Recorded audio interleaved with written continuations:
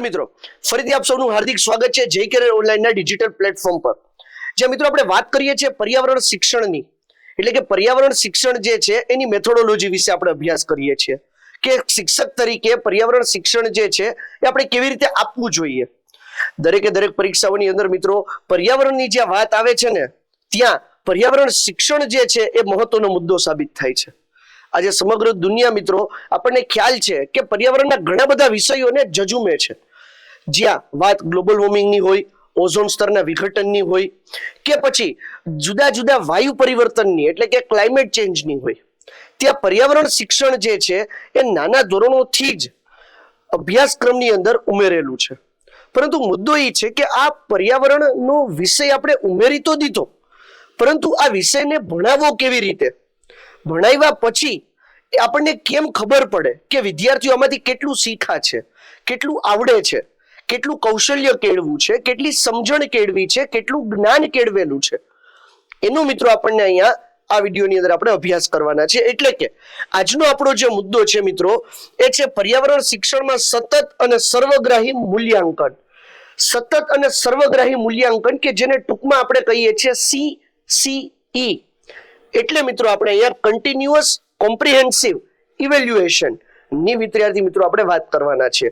તો મિત્રો ચાલો શરૂઆત કરીએ કે આનો પરિચયથી કે CCE એટલે થાય શું। તો શિક્ષણની પ્રક્રિયામાં મૂલ્યાંકન એ ખૂબ જ મહત્વપૂર્ણ તબક્કો છે। શિક્ષક તરીકે આપણે ખાલી એને ભણાવી દીધું એટલે આપણું કામ પૂરું થઈ ગયું એવું નથી હોતું મિત્રો। શિક્ષક તરીકે આપણી ફરજ છે કે આપણે ભણાવ્યા પછી કોઈ મુદ્દો સમજાવ્યા પછી વિદ્યાર્થીઓ સાથે એ મુદ્દાની ચર્ચા થાય, આપણને ખ્યાલ આવે કે વિદ્યાર્થીઓ જે છે એમાંથી કેટલું શીખા છે, તો એ કેટલું શીખા છે એનું મૂલ્યાંકન કરવું જે છે મિત્રો એને આપણે CCE તરીકે ઓળખીએ છીએ, ઇવેલ્યુએશન કરવું। તે દ્વારા શિક્ષકોને વિદ્યાર્થીઓના જ્ઞાન, સમજ, કુશળતા, વલણ અને મૂલ્યો વિશે માહિતી મળે છે। એટલે શિક્ષક તરીકે આપણે જ્યારે બાળકોનું મૂલ્યાંકન કરીએ છીએ મિત્રો ત્યારે આપણને ખબર પડે છે કે વિદ્યાર્થીઓએ આ વિષયની અંદર કેટલું કૌશલ્ય કેળવું છે, કેટલું જ્ઞાન કેળવું છે, કેટલી સમજણ કેળવી છે, કેવા કેવા મૂલ્યો કેળવા છે, તેની શિક્ષક તરીકે આપણને ખબર પડશે।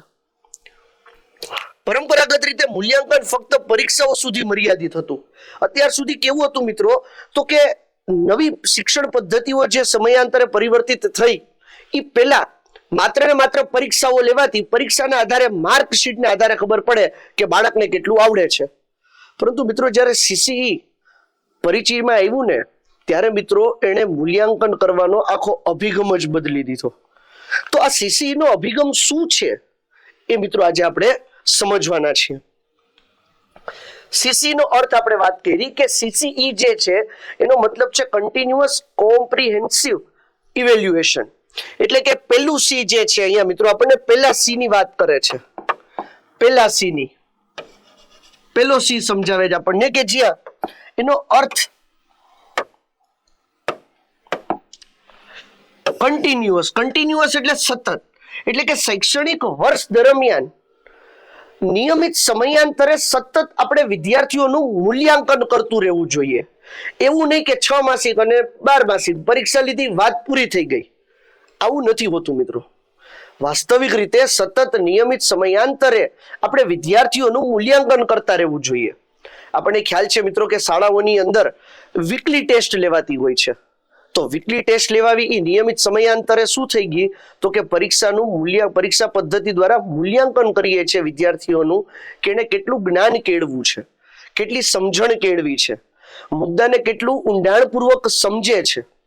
પછી નિયમિત સમયાંતર એટલે પછી કોક શાળાઓની અંદર એ સોમવારે હોય, કોકમાં બુધવારે હોય, કોકમાં ગુરુવારે હોય, કોઈ પણ અઠવાડિયાનો એક વાર ફિક્સ કરી અને એનું નિયમિત સમયાંતરે મૂલ્યાંકન થતું હોય છે। તો આ પદ્ધતિની અંદર પહેલો C જે છે એ આપણને સમજાવે છે સતત, એટલે કે કન્ટિન્યુઅસ, એટલે કે શૈક્ષણિક વર્ષ દરમિયાન નિયમિત સમયાંતરે વિદ્યાર્થીઓના પ્રગતિનું મૂલ્યાંકન કરવું કે વિદ્યાર્થીઓ કેટલું શીખા છે। હવે આ કેટલું શીખા છે એ જાણવા માટે પરીક્ષા એકમાત્ર પદ્ધતિ છે તેવું નથી મિત્રો। આપણે આગળ જોવાના છે કે CCE કઈ કઈ પદ્ધતિઓ દ્વારા કરી શકાય છે। બીજો C જે છે મિત્રો એ આપણને સમજાવે છે કોમ્પ્રિહેન્સિવ કોમ્પ્રિહેન્સિવ નો મતલબ છે સર્વગ્રાહી. કોમ્પ્રિહેન્સિવ મિત્રો કદાચ અહીંયા આપણા માટે મુદ્દો કદાચ નવો હોઈ શકે, પરંતુ જ્યારે આપણે કાર બાઇક જેવા વાહનોનો વીમો ઉતારીએ ને ત્યાં આપણી આગળ ઓપ્શન આવે કે તમારે કોમ્પ્રિહેન્સિવ ઇન્સ્યોરન્સ જોઈએ છે કે થર્ડ પાર્ટી ઇન્સ્યોરન્સ જોઈએ છે. કોમ્પ્રિહેન્સિવ નો મતલબ છે સર્વગ્રાહી, બધી બાબતો એની અંદર આવરી લેવામાં આવતી હોય. તો અહીંયા પણ માત્ર ને માત્ર વિદ્યાર્થીઓની જ્ઞાનનો જ નહીં પરંતુ સર્વગ્રાહી બધી બાબતોની મૂલ્યાંકનની વાત કરે છે. એટલે કે વિદ્યાર્થીઓની જ્ઞાન કેટલી વધી, સમજણ કેટલી વધી, કૌશલ્ય કેટલું વધ્યું, વાણી વર્તનમાં શું ફેરફાર થયો, બૌદ્ધિક ક્ષમતાઓમાં શું ફેરફાર થયો, આ બધી બાબતોનો સમાવેશ કરવાનો છે. આપણે મિત્રો ખ્યાલ છે કે બોર્ડ દ્વારા જ્યારે કોઈ પણ પરીક્ષાઓ લેવામાં આવતી હોય છે, એ 10મા ધોરણની હોય કે 12મા ધોરણની હોય, એ પરીક્ષા પદ્ધતિની અંદર પણ દરેકે દરેક કૌશલ્યોને ધ્યાનમાં લેવામાં આવતા હોય કે કોઈ ચેપ્ટર જે છે મિત્રો, એ ચેપ્ટરનું ભારણ બોર્ડે 10 માર્ક નક્કી કર્યું છે, તો એની અંદર મિત્રો નક્કી કરવામાં આવે કે ભાઈ 2 માર્ક સમજણના હોય, 2 માર્ક કૌશલ્યના હોય, 3 માર્ક જ્ઞાનના હોય, 2 માર્ક જે છે મિત્રો એ તાર્કિક બાબતોના હોઈ શકે. આવી રીતે જુદી જુદી રીતે જુદા જુદા બાબતોનો સમાવેશ કરી અને સર્વગ્રાહી મૂલ્યાંકનની વાત આવતી હોય. ત્યાં માત્ર ને માત્ર 10 માર્કનું આ ચેપ્ટરમાંથી પૂછવામાં આવશે તો એનો મતલબ એવો નથી હોતો કે મન પડે એમ 10 માર્કનું પેપર આપણે કાઢી લેવું. જ્યારે મિત્રો આપણે જ્યારે આપણા પીટીસી ની અંદર અભ્યાસ કરતા હતા, બીએડ ની અંદર અભ્યાસ કરતા હતા, આ સમયગાળા દરમિયાન એક પૂર્ણ શિક્ષક બનવા માટે થઈને આપણને પણ બ્લુપ્રિન્ટ કેવી રીતે બનાવીને એ શીખવવામાં આવે છે. તો આ બ્લુપ્રિન્ટ બનાવવાની પદ્ધતિ જે છે મિત્રો, એની અંદર પણ આ સર્વગ્રાહી મૂલ્યાંકનને જ ધ્યાનમાં લેવામાં આવતું હોય છે.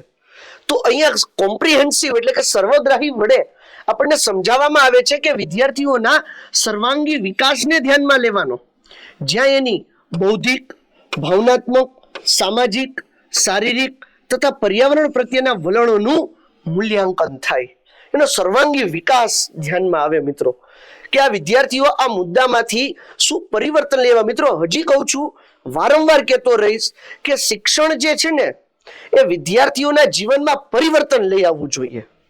શિક્ષણ માત્ર ને માત્ર આવકના સ્ત્રોત માટે થઈને નથી કેળવવાનું.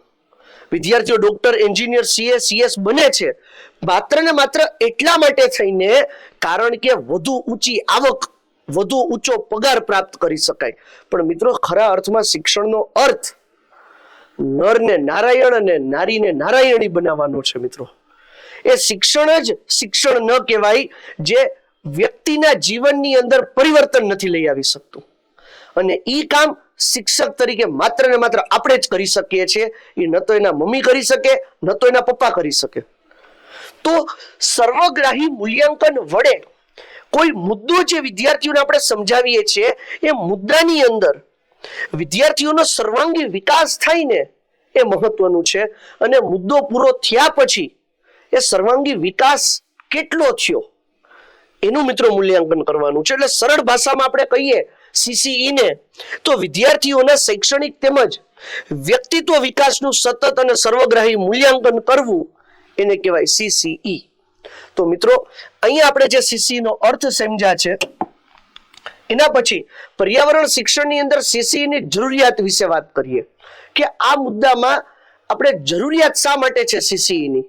પર્યાવરણ શિક્ષણની અંદર આપણે કન્ટિન્યુઅસ કોમ્પ્રિહેન્સિવ ઇવેલ્યુએશનની વાત કરી. ઇવેલ્યુએશન એટલે મૂલ્યાંકન કરવું. એની જરૂરિયાત શા માટે છે? તો કે મિત્રો માત્ર ને માત્ર પર્યાવરણ શિક્ષણ છે ને એ પુસ્તકી જ્ઞાન જેવું છે કે હાલો પાઠ વાંચી લીધો, પાઠ સમજાવી દીધો, મુદ્દાઓ પૂરા થઈ ગયા. નહીં, આટલું મર્યાદિત નથી મિત્રો.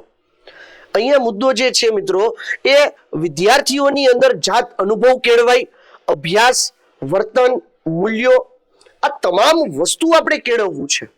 એની સમજણ શક્તિ કેળવાવી જોઈએ, એના કૌશલ્યો કેળવાવા જોઈએ, એના મૂલ્યો, નૈતિક મૂલ્યો સમાવવા જોઈએ મિત્રો શિક્ષણની અંદર.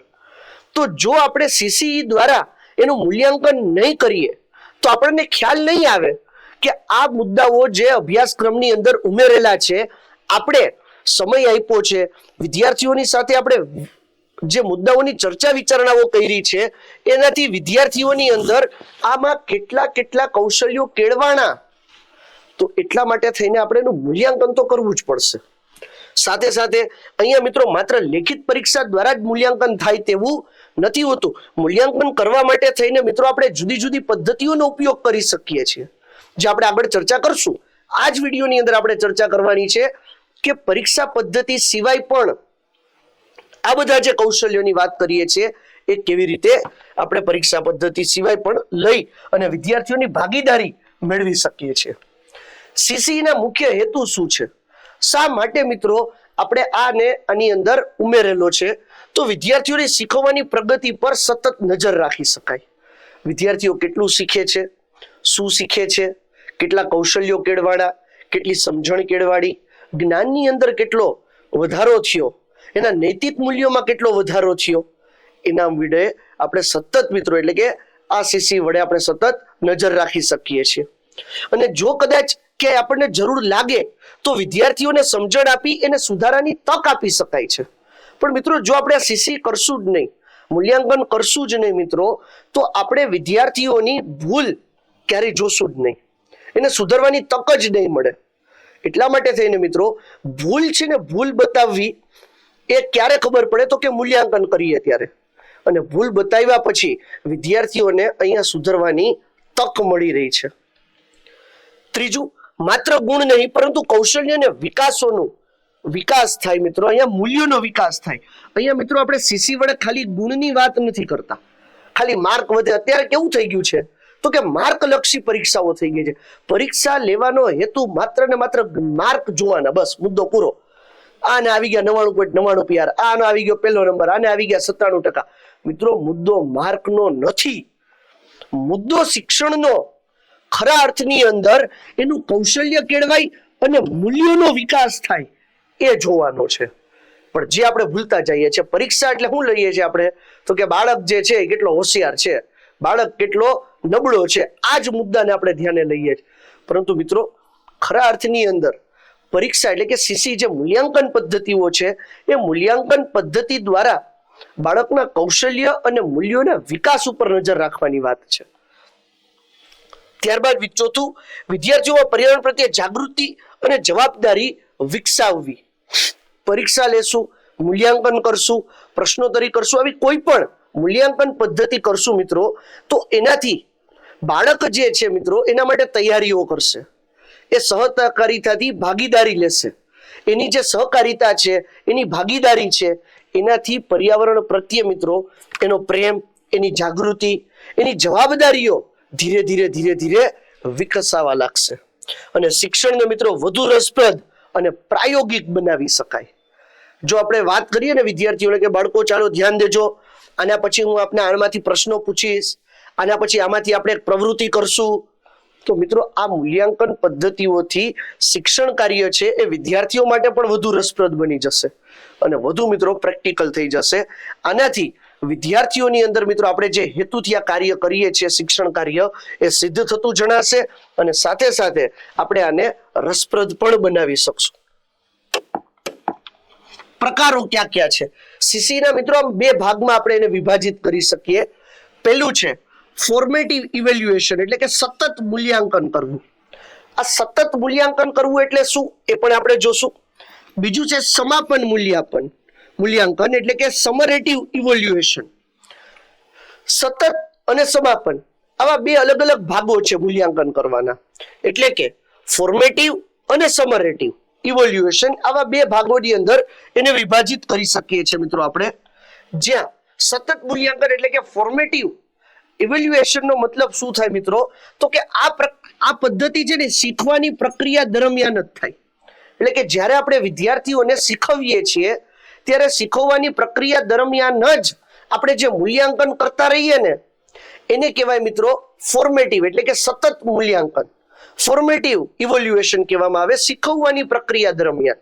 મુદ્દાઓ શીખવા, પ્રશ્નો પૂછો, મુદ્દાઓ શીખવા, પ્રશ્નો પૂછો, મુદ્દાઓ શીખવા, પ્રશ્નો પૂછો. અથવા તો પ્રશ્ન જ પૂછવાય એવું નથી, બીજી કોઈ પણ પ્રવૃત્તિઓ આપણે કરાવી શકીએ મિત્રો, પરંતુ આ જે છે ફોર્મેટિવ ઇવેલ્યુએશન છે એ શીખવવાની પ્રક્રિયા દરમિયાન જ થતું હોય છે. બીજું, શીખવવાના દરેક તબક્કે વિદ્યાર્થીઓની પ્રગતિ માપવામાં આવે. એટલે કે જ્યારે મિત્રો આપણે શીખવવાની પ્રક્રિયા દરમિયાન જ મૂલ્યાંકન કરતા રહીએ ને, તો આપણને ખ્યાલ આવશે કે વિદ્યાર્થીઓ જે છે એ કયા મુદ્દાઓની અંદર પાછળ છે, નબળા છે, નથી સમજાતું. આવા કોઈ પણ મુદ્દાઓ જ્યારે શીખવવાની પ્રક્રિયા દરમિયાન મૂલ્યાંકન કરવામાં આવે, એટલે કે સતત મૂલ્યાંકન કરવામાં આવતું રહે, ત્યારે મિત્રો આપણને ખૂબ ફાયદાકારક રહેતા હોય છે.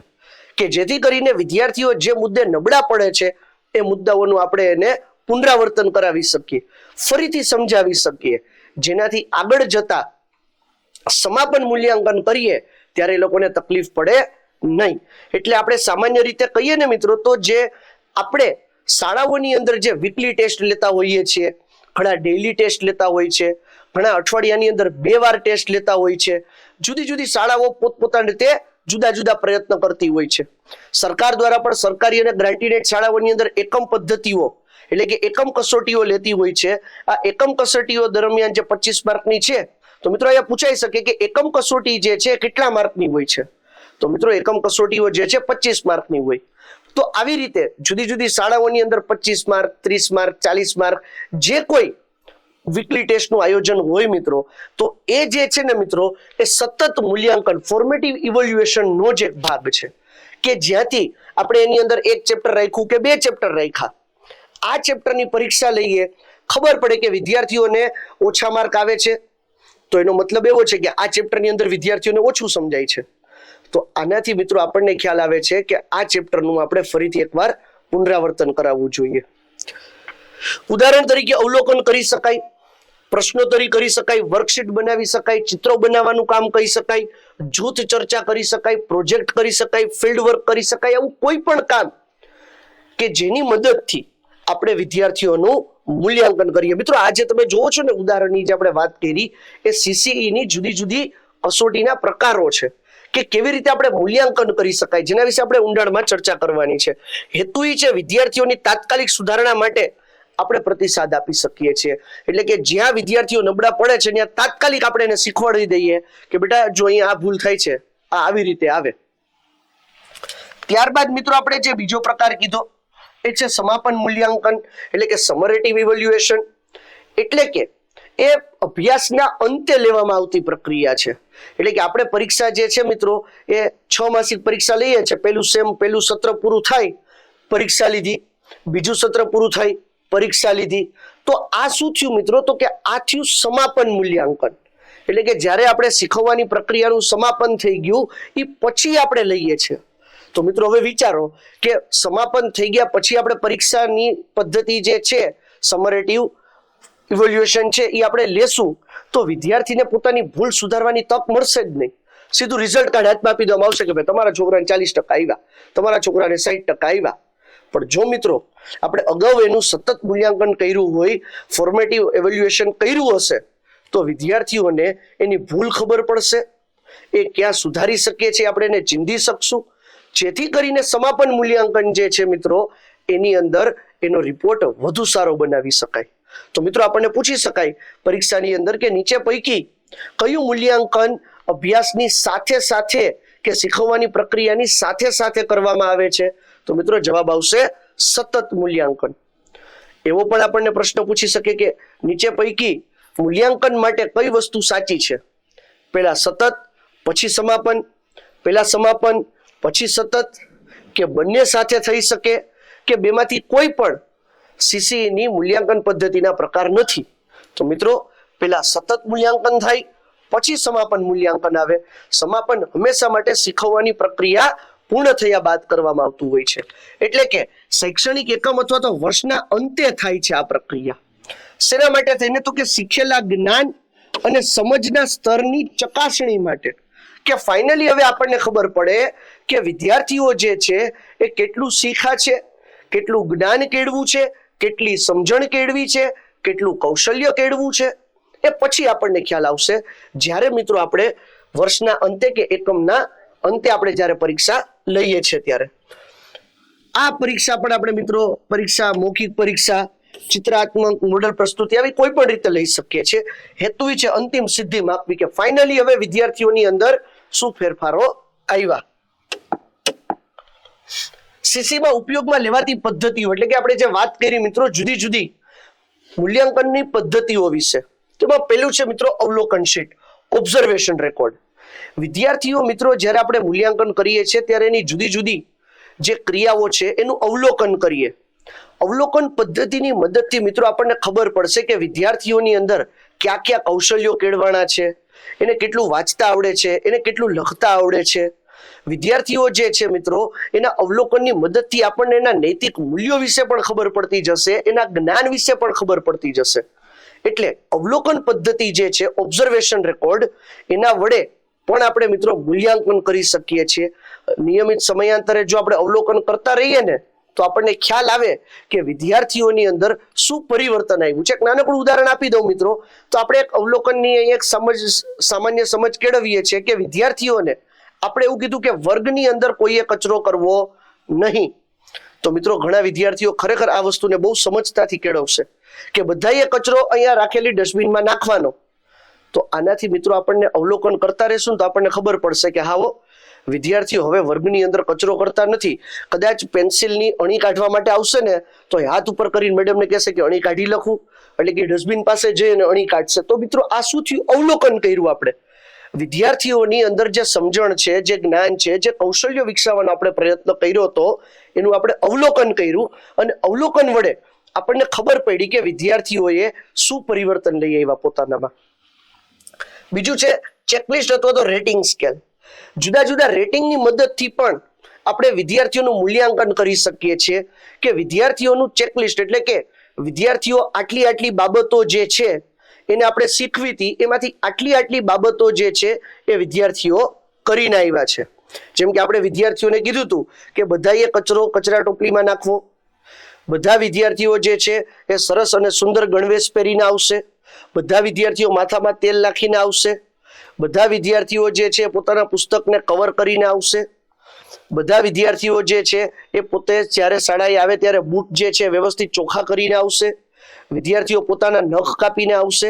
તો મિત્રો આવા જે આયામો છે, આયામો નક્કી કરી અને આપણે ચેકલિસ્ટ બનાવી શકીએ કે આ વિદ્યાર્થી આટલી આટલી આટલી આટલી વસ્તુ વ્યવસ્થિત રીતે કરીને આવે છે, આ વિદ્યાર્થીઓ આટલી વસ્તુ વ્યવસ્થિત કરે છે પણ આ વસ્તુ વ્યવસ્થિત કરતો નથી. તો આપણે એને કહી શકીએ કે બેટા જો આવતીકાલે તું આવ ને તો આમ કરીને આવજે બેટા.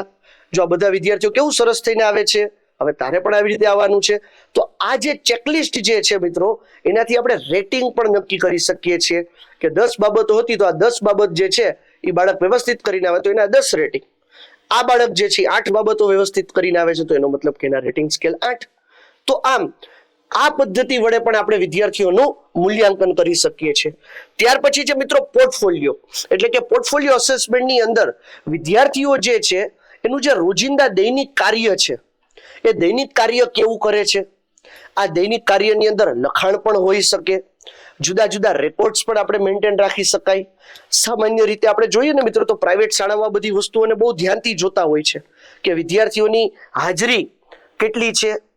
વિદ્યાર્થીઓને આપણે અઠવાડિયાના 5 દિવસ આપણે હોમવર્ક આપીએ છીએ તો એમાંથી કઈ તારીખે એને હોમવર્ક નથી કર્યું, કઈ તારીખે હોમવર્ક કર્યું છે, કઈ તારીખે અધૂરું છે. તો આવી રીતે આપણે વિદ્યાર્થીઓનો એક પોર્ટફોલિયો મેન્ટેન રાખી શકીએ છીએ કે જ્યાં પોર્ટફોલિયોની મદદથી આપણે એના દૈનિક કાર્યોની નોંધ રાખી શકીએ કે જેના આધારે આપણને અવલોકન કરવાની ખબર પડે કે આ બાળક જે છે પેલા અઠવાડિયાના 3 દિવસ રેગ્યુલર થતો હતો, હવે તો કઈ 4 દિવસ રેગ્યુલર થઈ ગયો, હવે તો કઈ 5 દિવસ રેગ્યુલર અઠવાડિયાની અંદર થઈ ગયો. તો આનાથી આપણને એના પ્રગતિ વિશે માહિતી મળતી હોય છે.